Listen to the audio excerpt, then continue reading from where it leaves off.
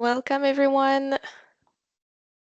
Welcome to this joint webinar, NEC CICA. We will wait a few minutes before we start.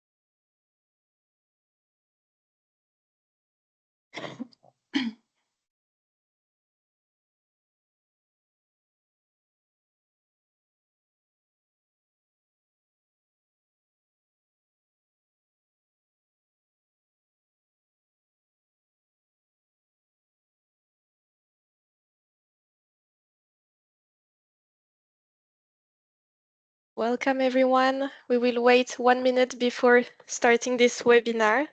Thank you for joining us.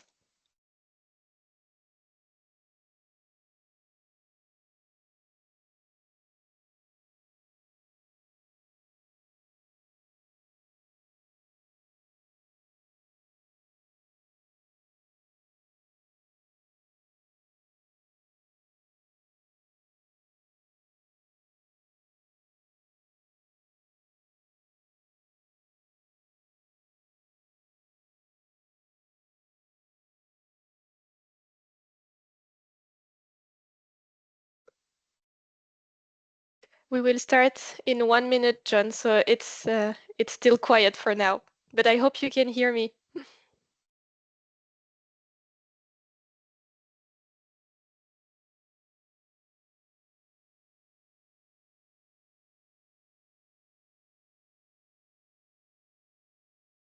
Okay, Fanny, we have almost 100 participants. I think we can start when you're ready. Okay, thank you, Andine. Good morning, good afternoon. So I am Fanny Dastic from CICA. Welcome to the first episode of our second series of webinars organized jointly with NEC. On behalf of CICA, I would like to thank NEC for the trust and the renewal of our partnership. I would also like to thank the EIC, the European International Contractors, for supporting the initiative and providing us with some speakers for our webinars. So as CICA and together with the EIC, we are promoting the use of collaborative models of contracts when appropriate, and we are exploring the different possibilities that exist. So today we will speak about the benefits of alliancing under NEC contracts, alliance contracts being the most collaborative contracts on the market. So we are very pleased to have with us Peter Higgins and Juha Kostiainen, as well as Joachim Larkio. Peter will present the NEC alliance model, the main features and the advantages of such contracts, and Juha will present his experience as a contractor with alliance contracts in general. We will then have some time for questions and answers, so do not hesitate to contribute by typing your questions and comments in the chat. So for now, Andine will introduce Peter Higgins, whom you may know well already. So thank you, Andine. Thank you, Fanny. I'm pleased to introduce to everyone Peter. So Peter Higgins is a chartered engineer and a fellow of the Institution of Civil Engineers. In 2000, he established PD Consult, a consultancy organization to provide strategic advice, contract procurement, contract management, and dispute resolution services to the construction industry. Before this, Peter was responsible for the worldwide civil engineering work of a major UK consultancy, and he has a background in civil engineering, building, and landscape with experience on a wide range of engineering projects in the UK, Africa, and in Middle East and Far East. Since 1995, Peter has held the NEC drafting panels set up by the Institution of Civil Engineers to prepare the NEC forms of contract and guidance, and now he chairs the NEC 4 contract board. Peter, the floor is yours. Thank you. Not sure I'm used to quite such a detailed explanation there of my background, but there we are. Good afternoon to everybody, assuming it's afternoon wherever you're calling in from. I'm going to talk about alliancing under NEC contracts. To start with, I'd just like to look at the principles about what is NEC, what is alliancing. For those who don't know, NEC is a set of contracts which were established way back in the mid-90s, 1990s. And it's been in various iterations since then up to 2017. It's a set of contracts which deals with pretty well everything you want to do in the built environment. It does the construction works, it does services, does supplies, and the suite of contracts covers all of those, and including subcontract forms and including short forms of contract as well to deal with it. It's been used worldwide, delivering over £100 billion of the work, but that was the last count. It's probably a bit more by now. It's the contract of choice now in Hong Kong, UK, and it's been used in many countries of the world, just been adopted now in Peru, South America. In terms of NEC, it's a change of mindset from how things used to be done. That's the reason for it was set up. Traditionally, we just react to problems. We sort out problems when they turn up, and we look at what's happened in the past to make sure there's an opportunity to claim. All contracts pretty well fixed in terms of the risk allocation, and you end up with a bit of confrontation between contractor and whoever's running the contract for the client. Not a happy way of doing things, which is why the NEC was set up. We try to do things with an early warning. We're proactive. We look and see what's happening in advance and get things working, solve problems before they turn up. We're programming the remaining work so we know just what is going to have to be done and when it's going to be done. We allow a whole range of risk allocation according to what the contract suits. And this objective really is all about cooperating to get what the client wants at the best way and achieving everybody's objectives. Alliance contracting, you're going to hear more about that shortly, so I shan't spend much time on that. This is the sort of general definition of alliance contract. The key point is about the integrated team, sharing goals, working with the client and customer to make sure that the objectives are achieved. Everybody's working together and everybody's incentivized to achieve the objectives of the client. They all share in the outcome. And the reason for alliance contracts were developed was because industry was pretty poor at doing things, and we need to do things better. Alliance is seen as a much better way of doing things because you're collaborating, you're working together, you've got an integrated team trying to achieve things. And in order to do that, you need to get rid of this barriers to collaboration, which is that individual organizations have their own motivation. They're looking to achieve what they want rather than the overall project objectives. So it's a different way of working. You're looking at getting people working together, aligning commercial objectives, sharing incentives, get rid of risks and liabilities as far as you can.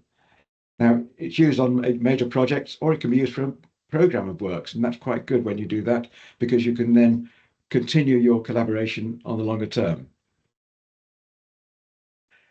NEC's approach to alliancing, or perhaps to collaboration, it might be better to say, starts off with the NEC contract. It's got this big clause at the front. People work in a spirit of mutual trust and cooperation. So the whole concept is that you collaborate in work together on the contract. The suite of contracts helps with that because not only do you have a set of contracts, all of which use the same approach, but you also have then the nesting of the subcontracts and short contracts, all working together with the same way of operation. We've got a multi-party collaboration, a way of different organizations working on a particular project, different contracts, working together, collaborating to make sure that the interfaces between them don't cause a problem. We've now got this new FAC1 Framework Alliance Contract, where you can have a number of contractors or consultants working together in achieving objectives for the projects before you start awarding individual contracts. And then we move on to the NEC Alliance Contract, which is a true multi-party contract. So look at the alliance contract itself. This is a true alliance. It is an alliance of all organizations are engaged on a single contract. They all sign the same contract, one contract covering the whole lot, not separate contracts linked together. And it's not a joint venture. And the other key point about this alliance contract is that everyone has got an equal voice and an equal share in the performance. So nobody's rewarded for individual performance. They're all in it together, getting a share of the problems of the contract and solving the problems and getting the benefits from that. Each have got their own objectives. Those objectives are built into the contract, and we're always trying to achieve everybody's objectives all aligned together. So there's a share in the gain or the pain from achieving them or failing to achieve. Everybody is tied in together to this same contract. The way it's set up is that you have a client setting the whole thing up. We have an alliance board. I'll touch on that in a moment. An alliance manager who's looking after the detailed work, and then the alliance delivery team, an integrated team, which involves all of the people involved in it. So you've got a client, a number of partners. They could be contractors, consultants, advisors, what we normally say as subcontractors. If they're a key member of the team, part of important part of the delivery of this, they can be joined as a partner rather than a subcontractor. So we have this structure of the people involved in it, and I'll just talk through one or two parts of that. Client's role, very simple. It sets out the whole thing. What are the objectives? What are we trying to achieve by this? And you set up the objectives, and then you set up the targets and the incentives as to how you're going to achieve those objectives. And they're the things that drive performance on the contract overall. He's a member of the alliance board together with the other partners. He's got some limited power to change client requirements, but otherwise everything's there going to be agreed by the parties. The client is going to be the one that pays the bills. Therefore, it's going to be carried out audits. You're going to carry out audits of quality and cost, because the works come back to the client at the end of the day. They're paid for it, so they need to be comfortable that they've got what they've asked for. So they will do that audit level. The board, alliance board, is the partners plus the client. And this is an important part. The board makes all decisions by consensus. This means you can't have one party overruling the others. You can't have the client saying, no, I don't agree with you, we'll do it this way. The client does have a limited power to change things in the client requirements, but that's about all. The board itself then will instruct the alliance manager, appoint the alliance manager, instruct them how to do what's need to be done and how to go about things. And it will set up the overall strategy for how we're going to meet these objectives. Alliance manager, appointed by the board, he will lead this team. So basically he's looking after all the organizations involved in this, all the partners involved in this alliance, leading that team, reporting back to the board on the performance, on achievements and what's been happening. He will also submit the payment applications. If there's any changes, the alliance manager will assess those payments as to how much should be going for each of the partners, should be recovering for that, and what the impact is on the budget or the program. And the alliance manager will create and issue the program. That will be taken from each individual part of the team will be doing their work, and they will plan their work. The alliance manager brings it all together and advises the board on how things are going. In order to run this alliance, the behavioural aspects are pretty important. They all work together, and they'll all look at making a decision on a best for alliance basis. Bear in mind that all of these guys are people involved in sharing in the success. The project must be a success for them to get the benefit. So they're all looking at how we can make a decision which is best for the overall project. I've said the client can make certain changes to requirements, client requirements, which is part of the scope. If you suddenly decide it needs to be different from this, okay, we'd have to change it. The client can make that change. And also the client's got this power to stop or not start work. So overall, the client is able to stop things if they're going in a way that it doesn't want them to happen. So it's not bound in at the final. Otherwise, the client is just another member of the board sharing in that decision-making process. But of course, because it's unanimous, each of those members of the board has effectively a veto on things which are against the interest of the overall alliance. So all of the alliance members must work together. They've all got to collaborate to achieve all the objectives. And they've all got to support the delivery of the contract by collective work. So there is this integrated alliance delivery team. on a best for project basis, which means that you don't appoint a contractor to do a piece of work, but you appoint a contractor to do part of the work that that contractor is particularly good at. And you could have 3 contractors working on a project, and those would form individual teams linking together as and when it's best for the project. So the team will work out how to build this project in the most efficient way, both in terms of cost and time. Management controls, we've got an implementation plan. How are you going to set the whole thing up? A program, how you run the program, when things are going to happen, who's doing what and when. Early warning, I mentioned it once, it's a fundamental part of all NEC contracts. Before a problem comes up, you identify the possibility of a problem and you give a warning, and you meet and you sort out how you're going to deal with it. Cost control, payment is all assessed by the alliance manager. The alliance manager has got a key role in that, in looking after the cost side of things and making sure it fits with what the overall objectives of the project are. And we have these performance measurements. The alliance objectives are stated. This is an aspect of performance. Every objective has a performance target stated, and the table includes payment for failing to meet or for meeting these targets, and that can include, of course, the budget for the work. This is monitored. We see what's happening. We make changes where we need to, because we need to get the performance right. But basically, what it means is that the overall objective of every partner, every member, including the client, is that the partners who are doing the work should be paid the maximum possible in terms of performance payments, because that way the client knows they've got their objectives achieved. So we're all looking for the same thing. Now, there shouldn't be many disputes, but there can be, because the whole approach is that there's no blame and no claim between members, except very limited liabilities.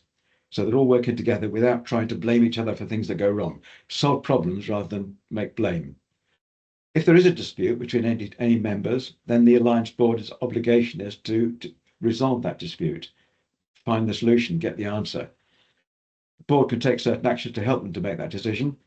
Appoint an independent expert, somebody who will look at it and give a non-binding decision, a little bit like an adjudicator might be, or a conciliator might do. Look at the problem, find a solution, and put it forward as being this is the best solution to this particular dispute. Or they can ask the senior representatives of the parties who are in dispute to negotiate, and they in turn can appoint a mediator help, and they then provide a list of things they've not agreed. The board will make those decisions. So at the end of that whole process, having got these opinions or statements, the board then decides what the answer is. Termination shouldn't be expected, but you make provision just in case there is a need for it. You can have a single partner decides that for some reason that partner should be removed from the partnership, from the alliance.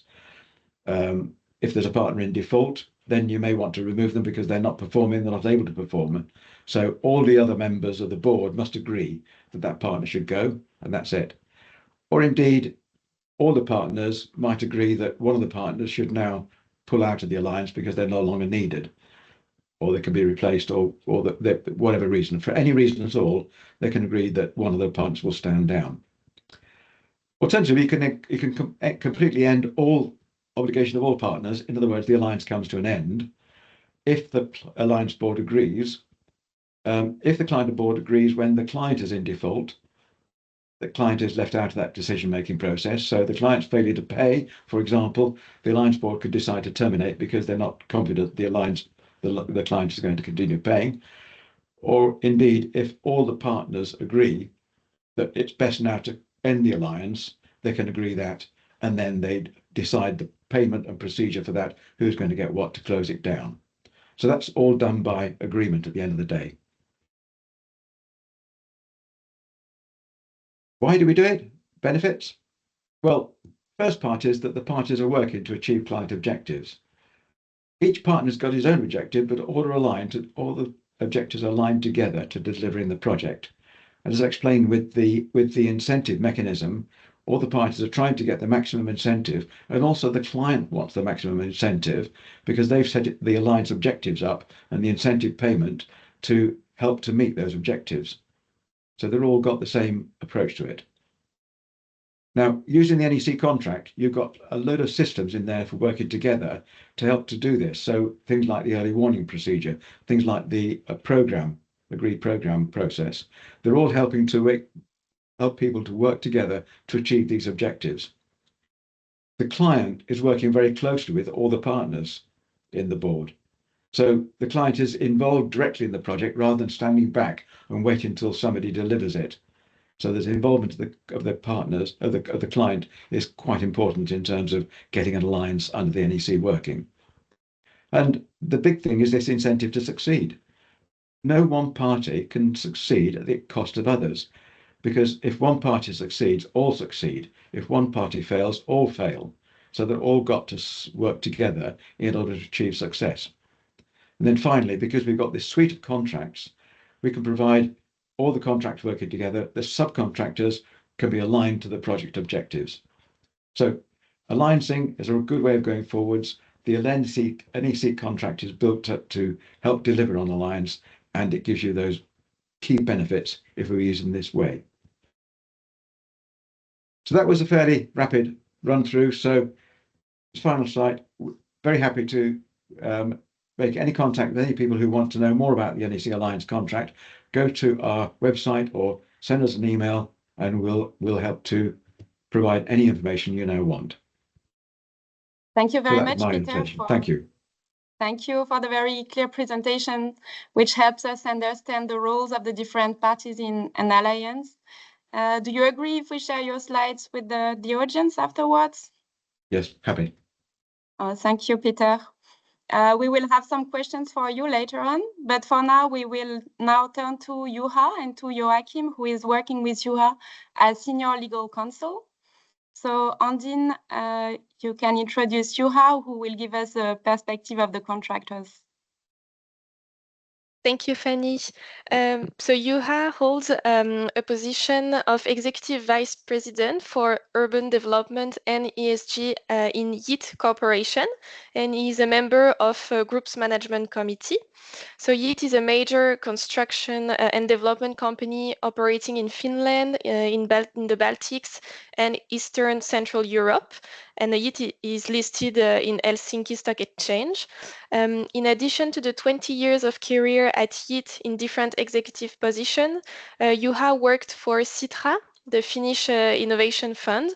There, he held several executive positions related to energy efficiency in built environment, in public leadership, communications, and public affairs. He has also worked for the city of Tampere as a director for economic development. Juha completed a doctoral thesis in regional studies at the Tampere University. He has published several articles on regional economic development policy, competitiveness of city regions, and area development. He is also adjunct professor in the University of Tampere. Joachim, the floor is yours. Thank you, Andine. Thank you for invitation. It's great to share opinions about the alliances. Especially, we will look with Joachim the Finnish perspective. Few words about the YIT. As described, we operate in Finland, Baltics, and Central Eastern Europe. Last year, revenue a little bit under 2 billion, about 4,000 personnel.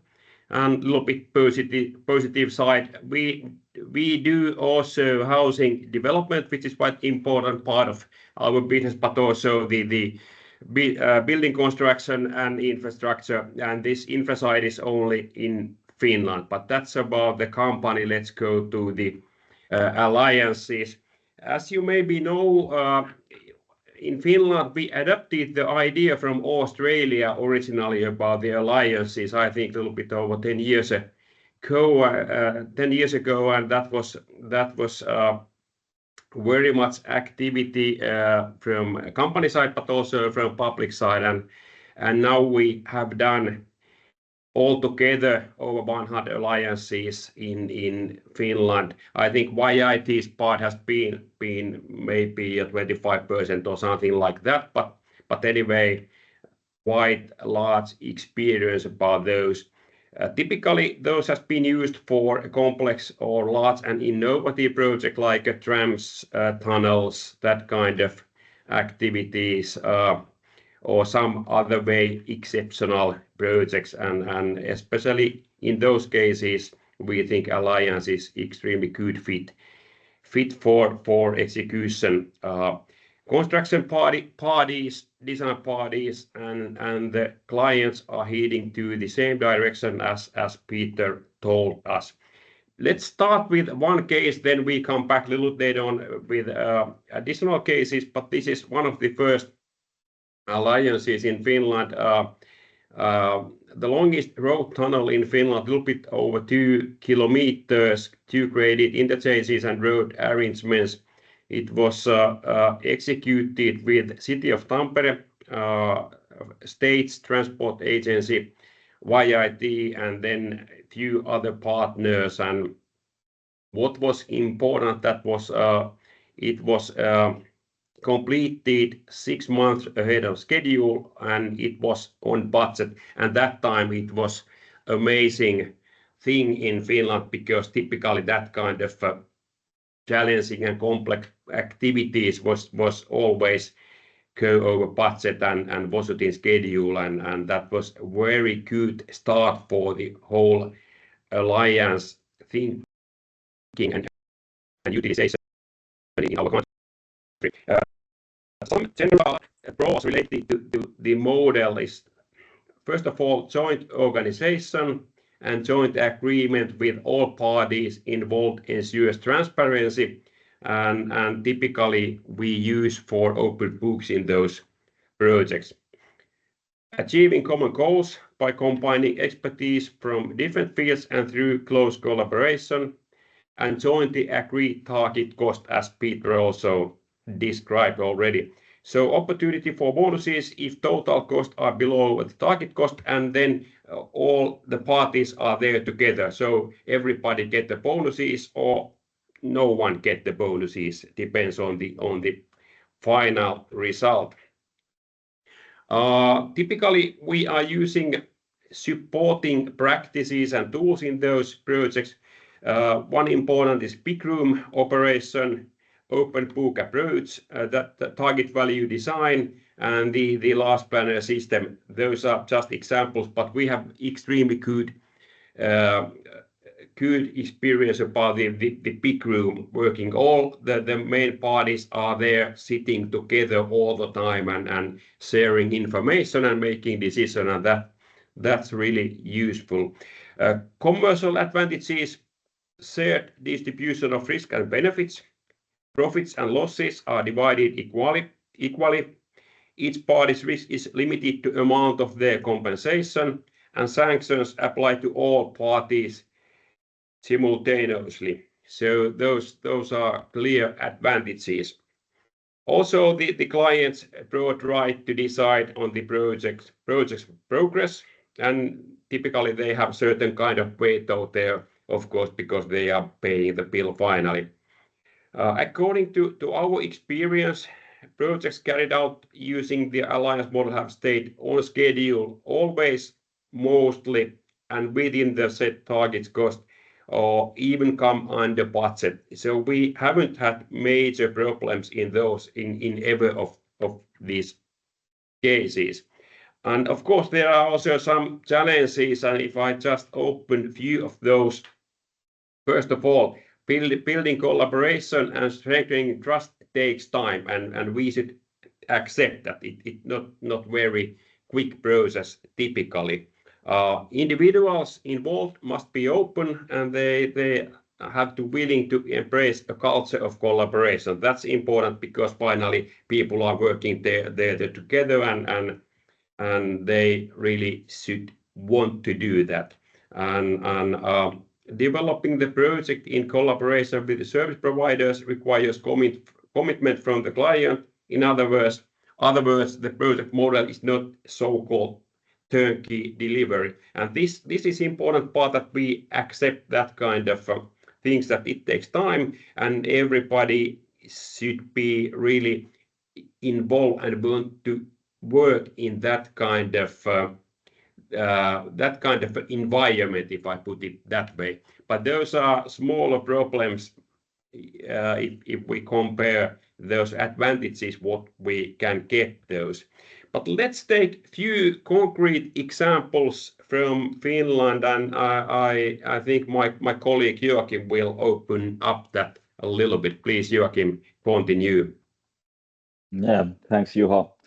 Yeah, let's go brief look a few projects that YIT has been involved in alliances. So first one is the Jokeri Light Rail, which is a tramway from eastern Helsinki to the other Helsinki metropolitan area city called Espoo.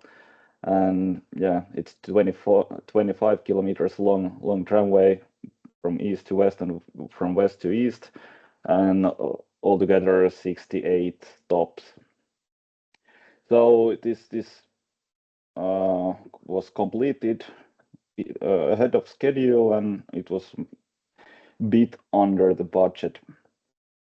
And YIT was one of the construction party, and then there was the other party, and the designers also involved in the project. And if you go to the next one.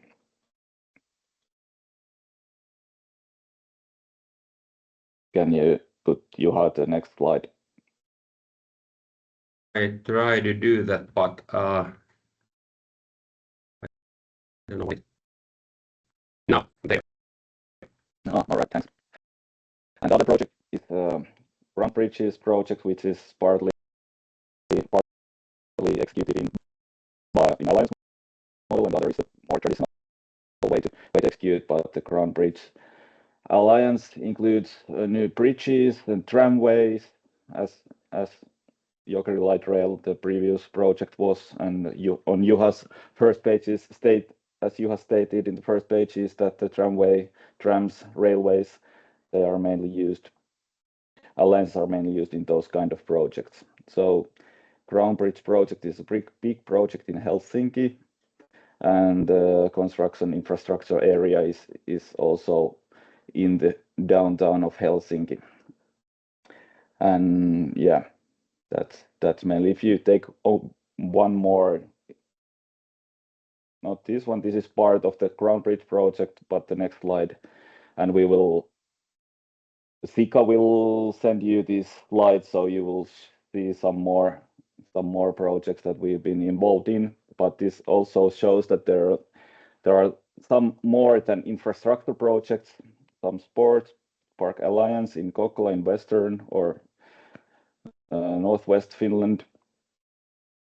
So yeah, it includes a football stadium, ice hockey hall, some more multifunctional arena, practice ice hockey hall, and then some renovation projects. So there are like a lot of minor projects in one big project. So like you can use Alliance for many kind of projects on all kind of engineering or construction projects you want to have. So there are like possibilities to execute Alliance in many ways. That's basically it. Thanks on behalf of ours. Yes, those were the cases, and there are a few of those in the material we will send later on, but you can get the idea that very good for infra, but also, for example, sports centers, arenas, that kind of operations also suitable quite well. But that's our part, and if there are any questions later on, so please let's take those. And after meeting, of course, you are always able to approach us. Thank you very much, Juha and Joachim, for sharing your experience with alliance contracts. It seems it is very positive. You said it's not necessarily for infrastructure projects. It can also be for the kind of projects. Do you think it should be a minimum project size for alliance, like in terms of amounts?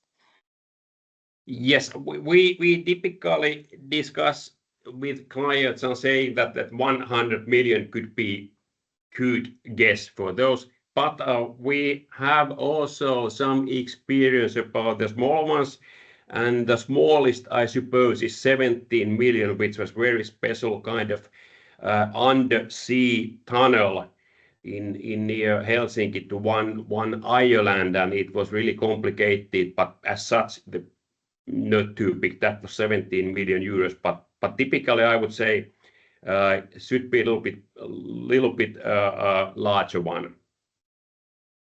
Okay, thank Because you. as said, it takes time, and there's a large organization, there are development phases and others, so there are certain costs, which means that if project is very small, that's not reasonable to use time and money for that. Okay, it makes sense indeed. And in terms of clients, do you work mainly with public clients, or can it also be for private sector clients?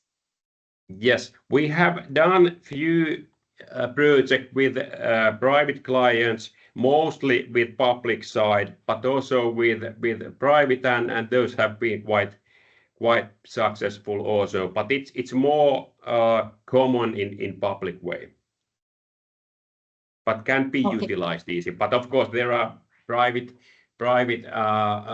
players. Maybe they don't know it so well. But public side, everybody knows it already. So that's why we are organizing such webinars, to make them known better, so we can use it when appropriate. Thank you, Juha. And now we'll turn to Peter. We have a question for you in the chat. Learn about successful case studies where the NEC4 Alliance contract have been used. Do you have any cases to share with us?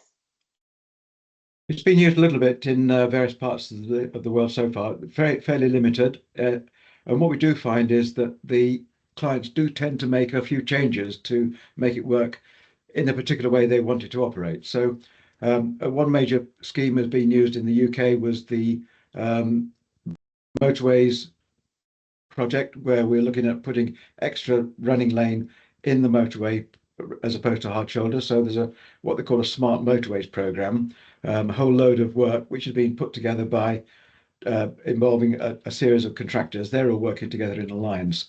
There's another one which is set up as an alliance, but actually it ended up as more of a framework than alliance, but it's the same kind of thing, was the Antwerp Ring Road in Europe. There's been one or two other projects now being developed in various parts of the world, but overall we think that the alliance model is fairly slow to pick up. Finland looks to be an outlier in that it's been very, very happily taken up.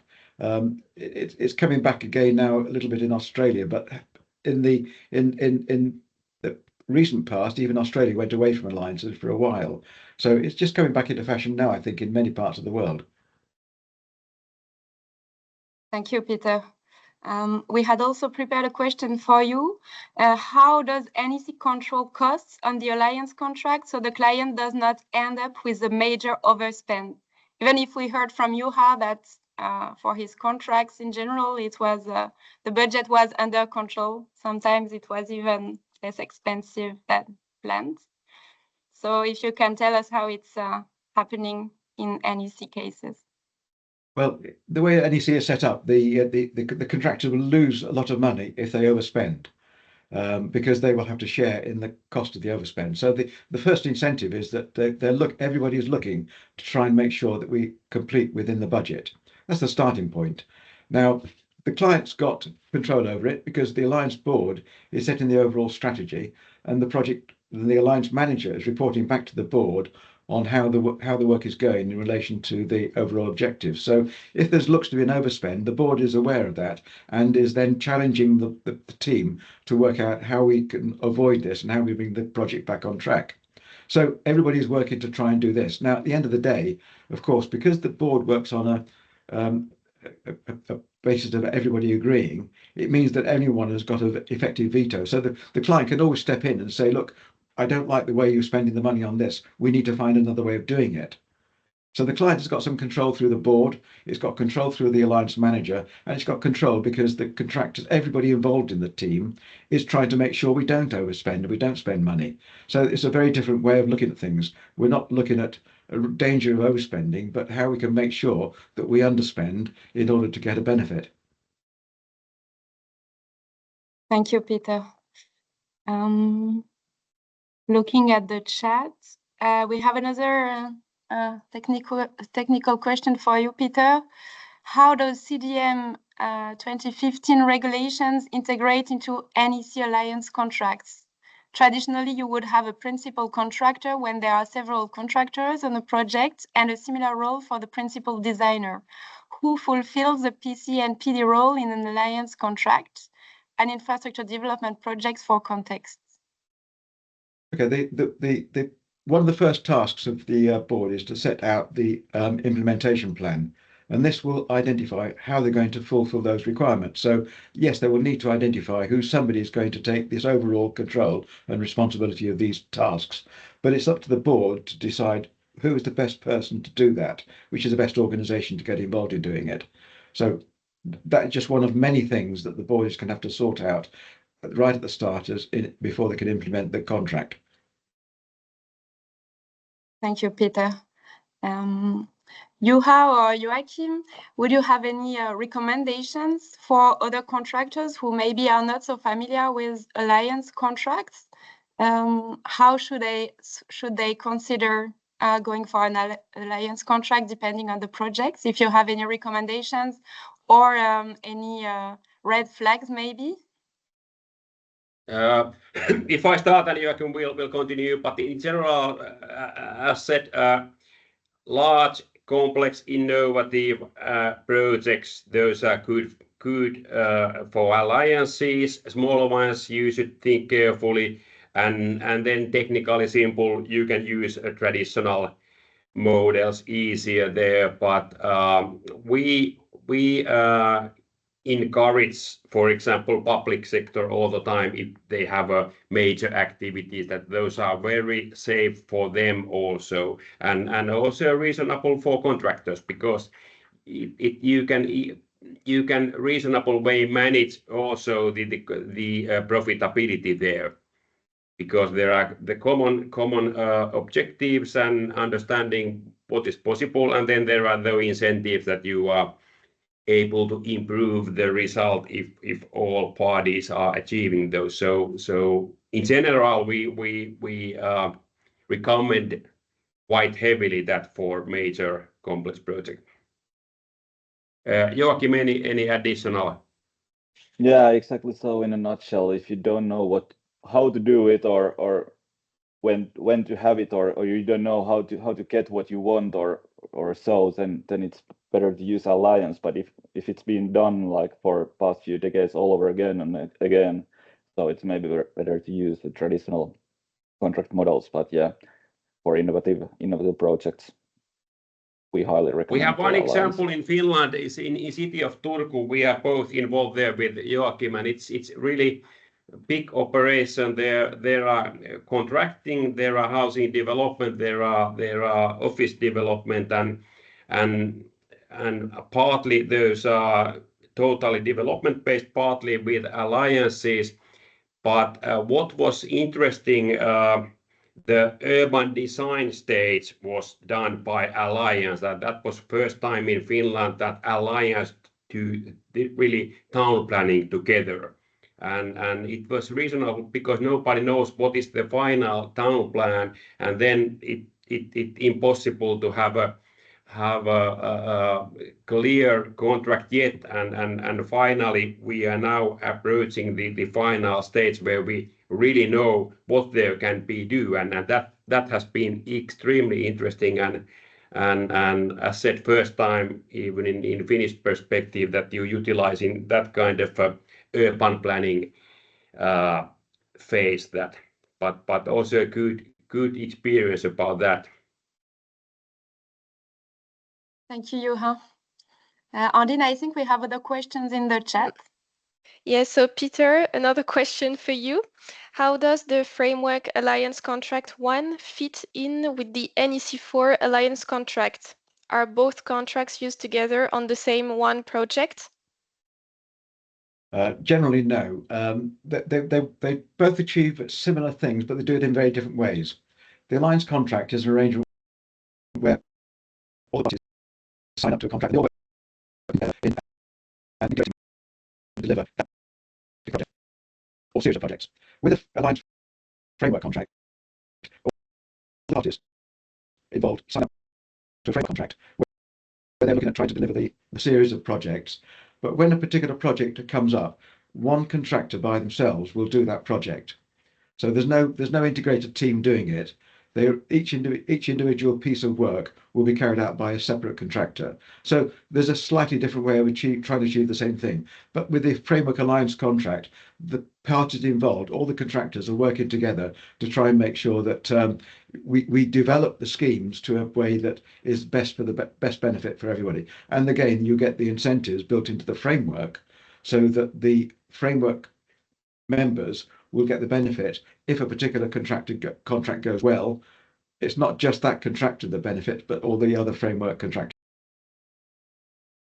And you wouldn't use both together.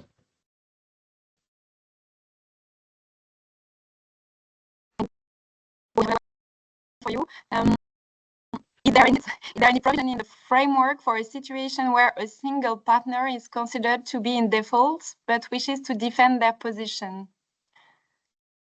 Yes, that would be the case where there's a dispute, and the question would be that a contractor is thought to be in default, and there needs to be a process of just reviewing that one and making a decision. The board would have to make a decision, and if the board concluded that despite the defence, that particular contractor was in default, they would then say, yes, you're in default and it must be terminated.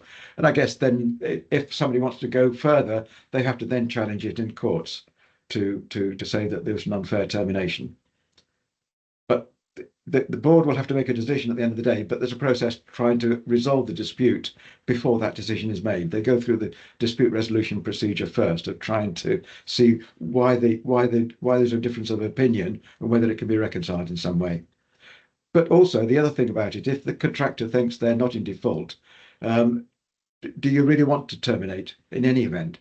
If the contractor thinks they're not in default, they believe they can contribute towards the alliance, why don't you just continue and sort out the problem raised by the default, get that dealt with, and then continue with the alliance? Thank you, Peter. Maybe one question could be to you, Ha, but actually to both of you. Which is more important, the form of contract used or the composition of the team? Difficult to say, but in general, of course, the contract mode is important. But at least in our cases, typically those teams are evaluated, and in the tender phase, typical way is that there are one day working and there are outside specialists looking how the teams are working together with different kind of challenges which have put them, and in that sense, if you want to win the contract, you should have extremely good team, because that is always partly of evaluation. Can I just add something on that? I think that the team is crucially important, getting the right team in the project. But the other thing that we think in the NEC is important is to provide them with the tools to try and make sure that they can work together. So if you have a bad contract, a really awkward contract, it won't help. So you do need the right sort of contract arrangements as well. But the team is the starting point. Yes, and typically if you want to change persons later on, it costs something. And idea is to avoid that you have a certain team in tender phase and then others are executing, so that has tried to be eliminated.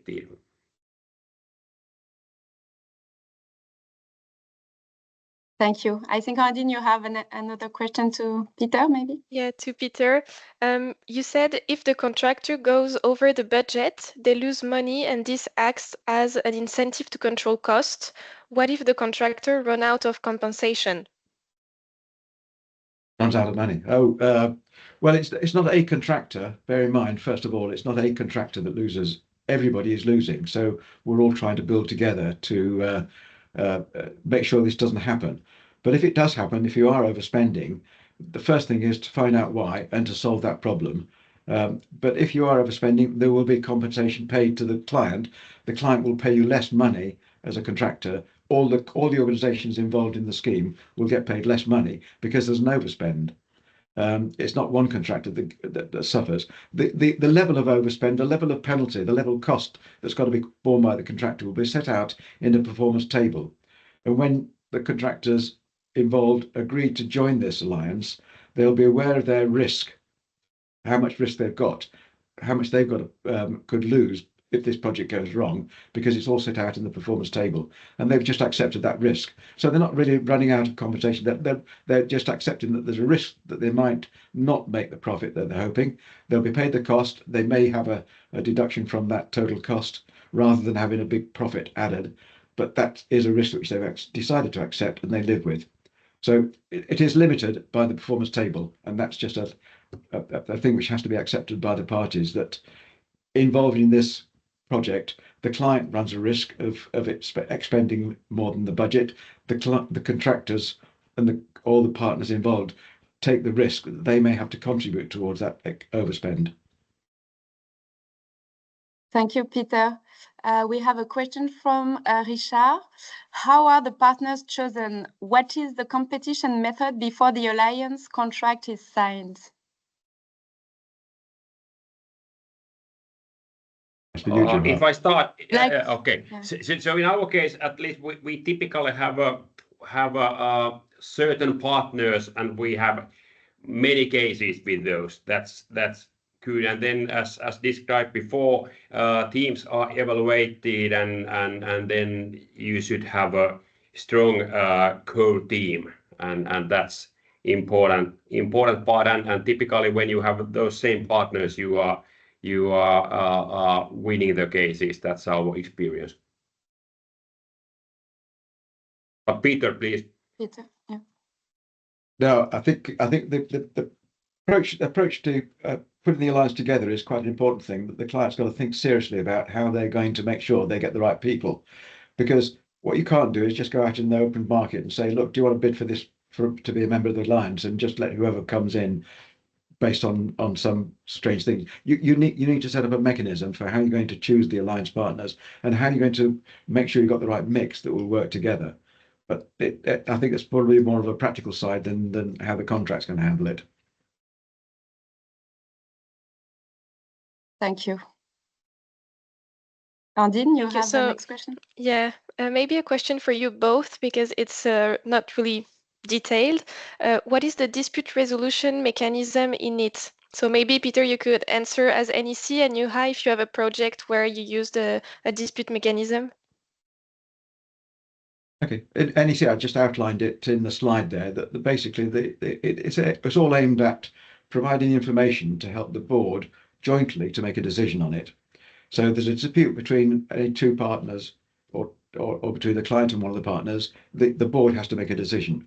They will look to help to make it, or they can do, depending on how complex the issue is, by using what we call as an expert approach. Somebody who can look at carry out an investigation, talk to the parties, get information from the parties, and make an assessment as to what the right approach is, and give advice to the board on what they think of that. The alternative is to get the two parties, the senior people in the parties, to sit down together and try to work it out at a very, very senior level before it goes any further. And the way that would work is that they would look to see how much they can agree and the things that they can't agree. So you would end up that way with a fairly narrow field of things that are in dispute, which the board can then review. Now, from then on, the board has to take a view on this thing. They will consult further with the people in dispute, but working together as a board, they must make a unanimous decision as to what the answer is, and that is the process. There's no sort of imposed decision from outside. The board, as a responsible body, jointly will make a decision, and it has to be made on a unanimous basis. Joachim, any comments from your experience? Yeah, that's exactly the same in Finnish alliance contract. The mechanism is same, and then you can, if you can't reach the unanimous decision, then you can take it to the court or whatever the forum has been decided, but there has hasn't been any case in Finland. So as it was in our slides, that there have been a bit under 100 alliances and no litigation cases yet. So the solution it's always a concern when. Sorry, Joe. Okay. Yeah, I was always concerned when you're doing these presentations that you end up with talking about disputes and termination, which very rarely happen in an alliance contract, and it's the last thing you talk about. Maybe we should get it out of the way and talk about disputes before we describe the alliance. But yeah, it's not an important part of the alliance. It's just a fallback, an emergency thing in case things do go wrong, but it shouldn't do. Everything is dedicated towards making sure you never get there. Thank you. Maybe we will take a final question. Maybe the combination of two questions we have in the chat. Michelle says, I got the feeling that alliancing contracts were more adapted in the case of educated clients, for instance, the oil and gas sector, rather than typical public clients without a good experience of contract implementation. Any views on this? And we also had a question saying, we spoke a lot about the advantages of alliance contracts. Are there any difficulties, challenges? And do you have any recommendations to tackle the difficulties? Thank you to both of you, the three of you. Sorry, I'll start with a very, very short point, which is that the role of the client is fundamental. If the client is not geared up and not prepared to work in an alliance, then it's the wrong way to go. Have a client who understands what an alliance is and what the implications are and how to go about it is quite fundamental, and that's the starting point. Unless you've got that, you can't really run an alliance. Anyway, you're okay. Yes, I totally agree. And in our case, as said, public sector, both state and major cities, those have been active and they know it well. And typically we do with public sector those. Then about the cons, I would say that of course it takes time to create those. There are typically development phase, which is somehow expensive if project is small. So you should find reasonable projects where those costs and using time and money are not so big part of the final size of the activity. But if you have a smaller one, so those share could be bigger, and of course as a structure it's a little bit more complicated. So right type of customers, right type of projects are good combination. Then you can go ahead quite easily and avoid different kind of challenges, especially those disputes, as said, that we haven't seen any court case in those over 100 cases in Finland. Thank you. But just add one point, if I can, about this. Just a final point on that, which I mentioned about the cases. If you go to the NEC contract website, you'll find some examples there of alliance contracts. I've given you a couple of examples, but there's wider examples there on the website if you want to know more that's been done on using the NEC alliance. And that then starts to talk about some of the advantage and some of the issues that were involved in that. Sorry, Dan. Thank you very much, Peter. Juha, Joachim, Peter, do you have a final word to add before we close this webinar? Just saying that yes, we actively recommend to utilize this approach and model in complex cases. Extremely good experiences. Thank you. Thank you for sharing your experience. We will circulate the slides. We would like to thank also the participants who joined this webinar in the middle of maybe their holidays. We will keep you informed of the date of our next episode, which will be about the spirit of mutual trust and cooperation. So we will dive into the more psychological aspects of collaborative contracts. We hope you can attend this episode. And I wish you all a good day, and we hope to see you on the next occasion. Thank you very much. Thank you. Thank you. Thank you. Thank you very much. Have a nice holiday time. Bye-bye.